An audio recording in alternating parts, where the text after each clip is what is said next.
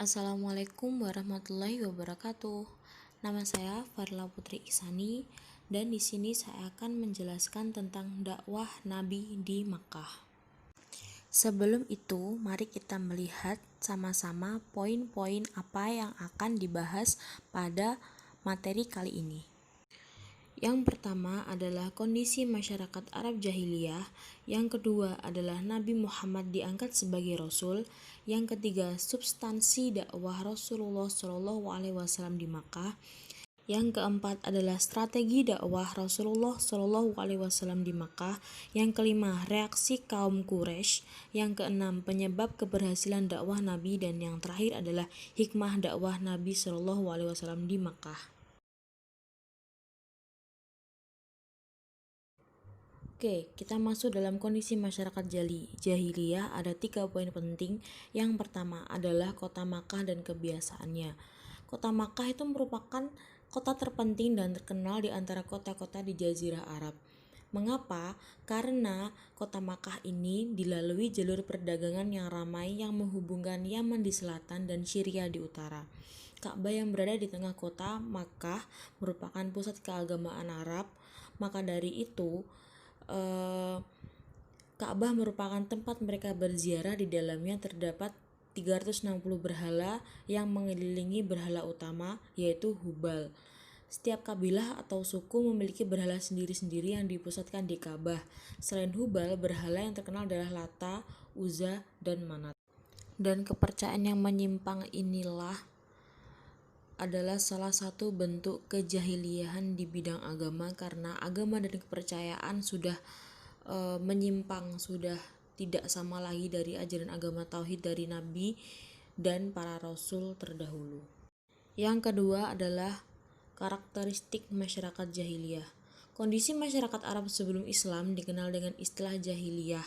Mengapa? Karena masyarakat Arab jahiliyah berarti masyarakat yang masih berada dalam kebodohan. Kebodohan tersebut adalah kebodohan dalam bidang moral, norma, etika, hukum, dan agama. Oleh karena itu, inti dari karakteristik atau karakter jahiliyah adalah memiliki sifat keras kepala, mengutamakan hidup jangka pendek, tidak mau merubah perilaku pada perilaku yang benar menurut aturan agama. Sistem hidup mereka juga ditentukan oleh 2 hal, yaitu kekuasaan kesukuan dan kekuasaan ekonomi, di mana masing-masing suku atau kabilah bersaing untuk menjadi yang paling kuat dan paling disegani. Maka dari itu peperangan antar suku sering terjadi dan telah menjadi tabiat yang mendarah daging. Karena itu juga menyebabkan nilai wanita menjadi sangat rendah. Seorang wanita tidak punya hak mewarisi harta peninggalan suaminya, bapaknya, atau anggota keluarga lainnya.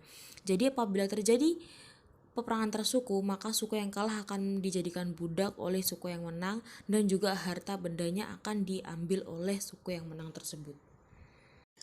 Yang ketiga adalah kebiasaan baik dan buruk masyarakat jahiliyah. Masyarakat jahiliyah memiliki kebiasaan buruk, diantaranya minum minuman keras, berjudi, dan membunuh. Lebih dari itu, mereka beranggapan bahwa minuman keras, berjudi, mencuri, merampok, berzina, membunuh bukan merupakan perbuatan yang salah. Tetapi apakah semua perilaku masyarakat Arab itu buruk?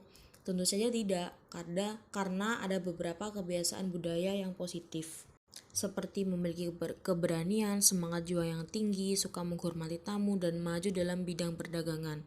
Sumber ekonomi dan penghasilan utama orang Arab adalah perdagangan dan bisnis.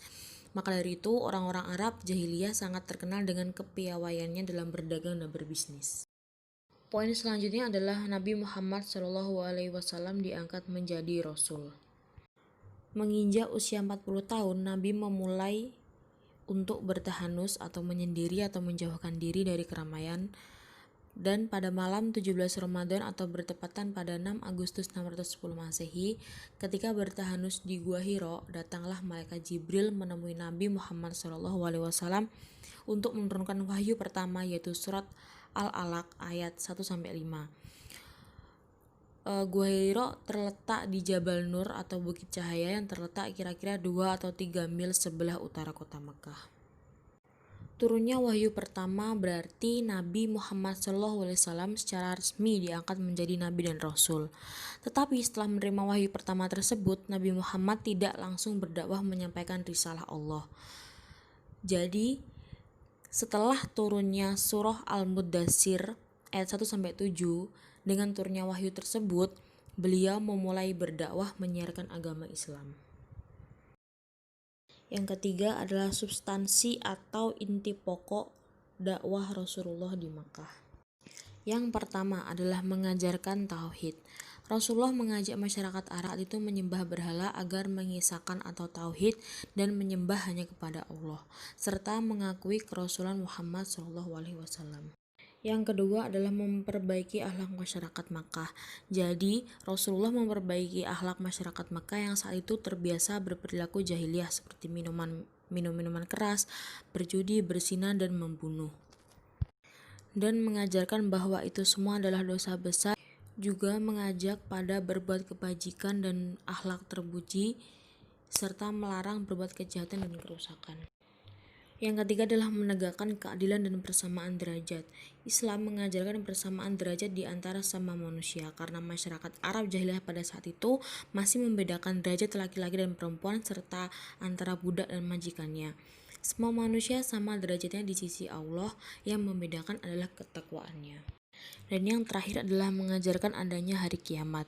Islam mengajarkan bahwa setelah alam dunia ini hancur dan akan digantikan dengan alam akhirat, setiap manusia akan diminta pertanggungjawaban atas perbuatan selama mereka hidup di dunia. Bagi yang beramal soleh dan berperilaku mulia akan mendapatkan balasan surga. Sebaliknya, bagi yang bermaksiat dan perilaku tercela akan dibalas dengan neraka.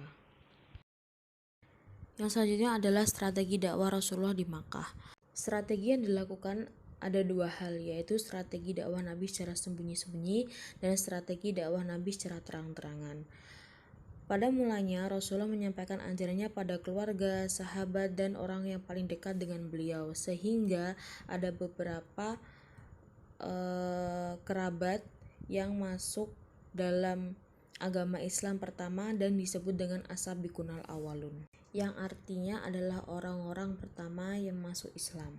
Strategi ini berlangsung dilakukan selama kurang lebih 3 tahun, di mana Rasulullah menemui mereka secara perorangan dan mengajarkan Islam dengan sembunyi-sembunyi. Setelah turunnya surah Al-Hijr ayat 94, Nabi diutus untuk berdakwah secara terang-terangan dan memanggil tokoh-tokoh penting Quraisy, dan hanya Abu Thalib yang mempercayai dan melindungi Nabi Muhammad SAW. Strategi ini berlangsung dalam kurun waktu kurang lebih 10 tahun.